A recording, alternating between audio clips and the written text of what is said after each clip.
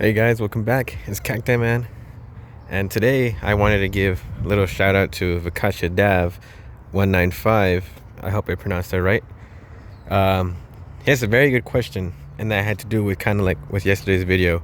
And that question was, can two self-sterile flowers pollinate each other? And that's a great question, and I wanted to say that the answer to that is yes, two self-sterile flowers can pollinate each other. And pollination comes more down to genetics rather than most things.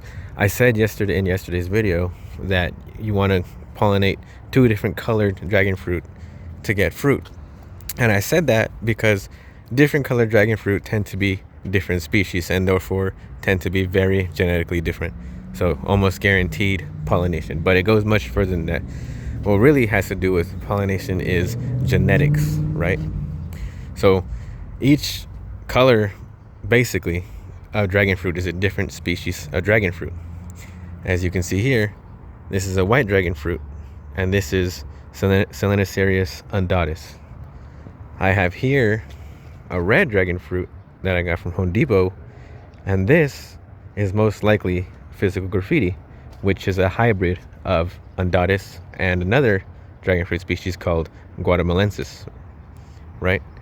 So the thing about this dragon fruit is that physical graffiti, at least as far as I know, is a sister seedling to another dragon fruit that I have here called Cosmic Charlie. And while the two are different varieties technically, where Cosmic Charlie is 2S, that's the official name for it, 2S, and physical graffiti is 1S, they're very genetically similar because they are sister seedlings, which means that they were taken from the same fruit. They're different seeds that came from the same exact fruit and grew to their own plants and became their own variety.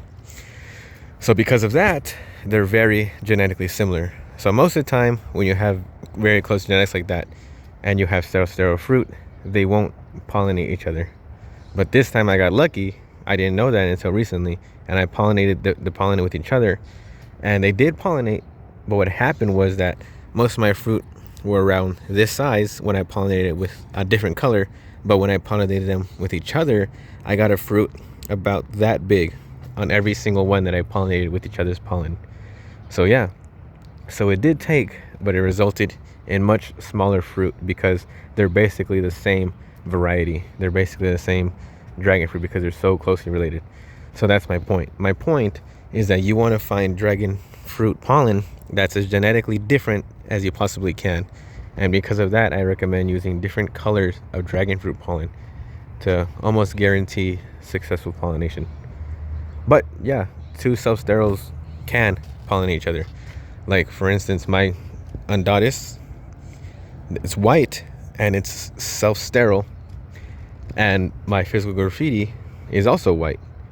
Sorry, let me choose a different one. So my undatus, white, self-sterile, and then my asunta right there, also self-sterile. But if I combine them, then they'll both pollinate because they're genetically different. So remember, that's the key word here, genetically different. So as long as they're different genetically, they should pollinate. And that's kind of more advanced dragon fruit stuff. The casual dragon fruit grower, that doesn't really, mean much to them. But if it does, well, there you go.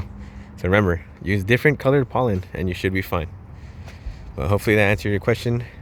And thank you for the video idea. I'll see you guys next time. Bye.